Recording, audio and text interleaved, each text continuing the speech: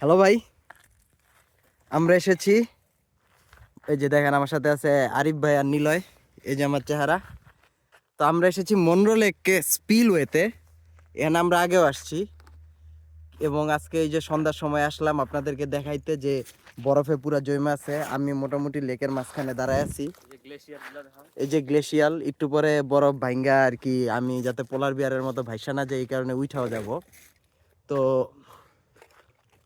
আজকের দিনে টেম্পারেচার অনেক উঠছিল, সেলসিয়াসে 16 ডিগ্রি। তার মানে আমরা যদি ফারেনহাইটে হিসাব করি প্রায় 60 ফারেনহাইটের মতো।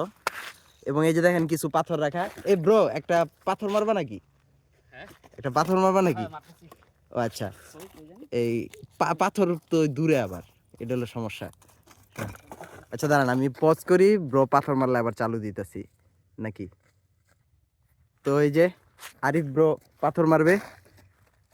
পাথর মেরে আপনাদেরকে দেখাবে যে এই জায়গাটা ডুবে নাকি ডুবে না। দেখছেন এই জায়গার, ওই জায়গায় একটু পানি দেখা গেল, এটা হলো আসলে সারাদিনের তাপে গলা পানি, এখন জৈমা বরফ হইছে। আর ওই যে অন্য পাশটা দেখতেছেন, ওইটা হলো আপনার Allen Creek. Allen Creek state recreation area. তো আমার ইউটিউব ভিডিওগুলোতে বেশি দূর না, আর অল্প কয়েকদিন আগেই আমি ওই পাশটাতে গেছিলাম হাইক করে, প্রায় আধা ঘন্টার হাইক, এবং রাস্তা টাস্তা হারাই ফেলাইছিলাম মাঝখানে। তো যাই হোক, ওই অ্যালেন্স ক্রিকের ওইখানে যদিও ক্যাম্পিংয়ের কোনো জায়গা নাই, কিন্তু ওই পাটটা থেকে আবার এই পাটটা দেখা যায়, খুব সুন্দর লাগে।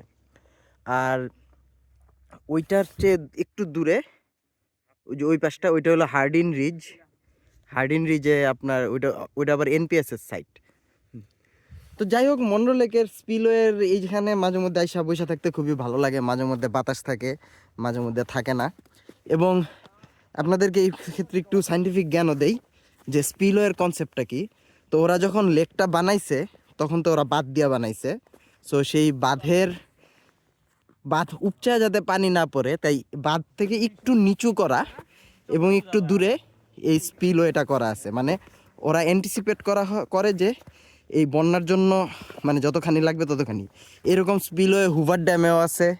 মানে সব ভালো ভালো বাঁধেই এরকম করে রাখা লাগে। এবং জায়গাটা হলো এরকম, দেখেন দুই পাশের পাহাড় কাটা, এবং এই জায়গায় হলো একটা ডাস্টবিন।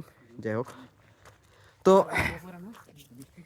আরেকটা আরেকটা কি জানি বলতে চাইলাম, ও হ্যাঁ, তো এই স্পিলওয়েটা মোটামুটি ব্লুমিংটন শহর থেকে প্রায় আপনার আধা ঘন্টা দূরে। এবং এই যে ওই রাস্তাটা দিয়ে যদি একটু যাওয়া যায়, তাইলে অ্যাকচুয়ালি মনরো লেকের নিচে যেই রকম নিচু জমি ডুইবা আছে, ওই রকম কিছু নিচু জমি যেগুলো এখনো কৃষি ফসলের ক্ষেত, ওই রকম পাওয়া যায়। তো যাই হোক, থাকেন আপনারা। এটা একটা মানে আজকের দিনে তাপমাত্রা অনেক দিন পরে 10 ডিগ্রি সেলসিয়াসের উপরে উঠায়। আমরা একটু বাইরে হয়েছিলাম এবং এই বাসার কাছের স্পিলওয়েতে এই বরফ হয়ে যাওয়ার লেকে একটু হাইটা গেলাম। ওকে, এই যে আমার হাত, এই যে আমার চেহারা।